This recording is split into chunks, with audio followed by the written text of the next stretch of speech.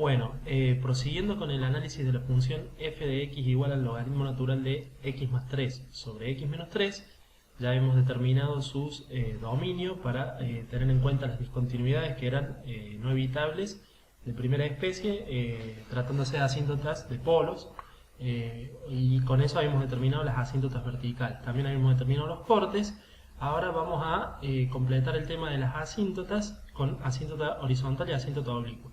Recordamos que la asíntota horizontal teníamos que evaluar básicamente qué pasaba con la función cuando su variable independiente crece o decrece sin límite, es decir, tomar el límite en más y en menos infinito. En general es conveniente tomar aparte el límite más infinito y posteriormente el límite en menos infinito, porque la función puede tener comportamientos distintos de un lado y del otro. No obstante, en esta función en particular ambos límites van a dar el mismo comportamiento, por eso lo he resumido en el mismo paso.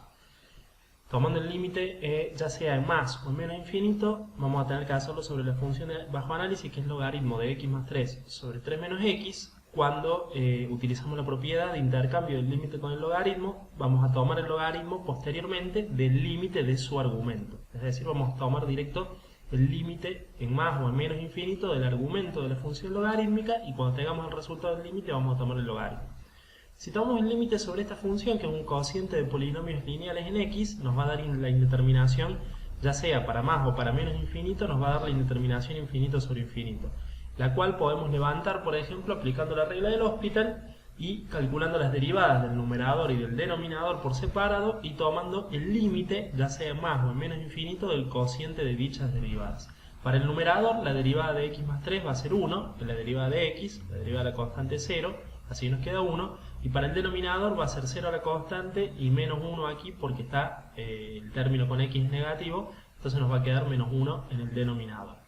1 sobre menos 1 nos da como resultado menos 1, y como es una constante, el límite, ya sea más infinito o menos infinito, nos va a dar el valor de dicha constante, que es menos 1. Luego tomamos el logaritmo que quedaba por fuera en base a haber aplicado la propiedad de intercambio del límite y logaritmo, y nos queda el logaritmo de menos 1. Ese valor no existe porque, como ya sabemos, el argumento, y como hemos repasado desde el principio para analizar esta función logarítmica, el argumento de un logaritmo tiene que ser siempre un número perteneciente a los reales positivos cuando estamos hablando de, en este caso, el logaritmo natural de funciones reales de variables reales. Por lo tanto, el logaritmo de un número negativo no existe porque está por fuera de su dominio.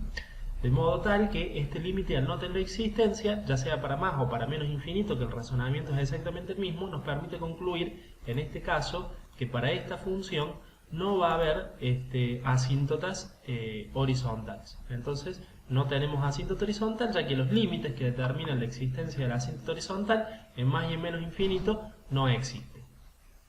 En el caso que nosotros hemos determinado que una función no posee asíntota horizontal, nos vamos a ver en la obligatoriedad de determinar la posible existencia de su asíntota oblicua, porque son mutuamente excluyentes. ¿Esto qué quiere decir? Que si existe una, la otra no va a existir. No puede haber al mismo tiempo una función que tenga tanto asíntota horizontal como asíntota oblicua.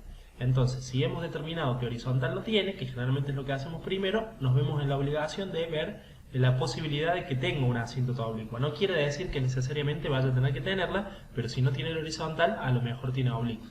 Recordamos que para el cálculo de la asíntota oblicua, que es una recta que tiene una pendiente determinada, y como toda recta tiene una ecuación de la forma a pendiente por x más b ordenada al origen, tal que a se determina como el límite para x que tiende a infinito de la función bajo análisis, en nuestro caso esta, dividido x.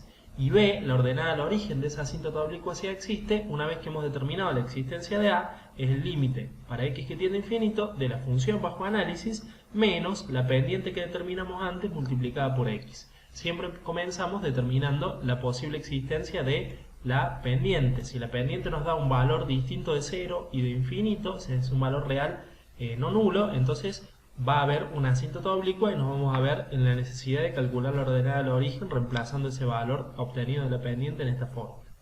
Si comenzamos a ver el cálculo de a, vamos a ver que es el límite de f de x sobre x. Ese sobre x lo podemos ver como el factor 1 sobre x que está multiplicando. Esto de acá es como si tuviésemos el 1 acá y consideramos todo ese factor 1 sobre x multiplicando a la f de x de esta forma. 1 sobre x por f de x y tomamos el límite de eso para x que tiende a infinito. Entonces eso es lo que apliqué acá, y luego, como f de x es todo este logaritmo y tenemos un producto, y recordamos por el álgebra de límites que el límite de un producto es igual al producto de los límites, entonces lo que hice acá es distribuir el límite en ambos factores, el límite de 1 sobre x por el límite de f de x. Pero f de x, al ser un logaritmo, hago el intercambio de logaritmo con límite y me queda de esta forma que está escrito acá.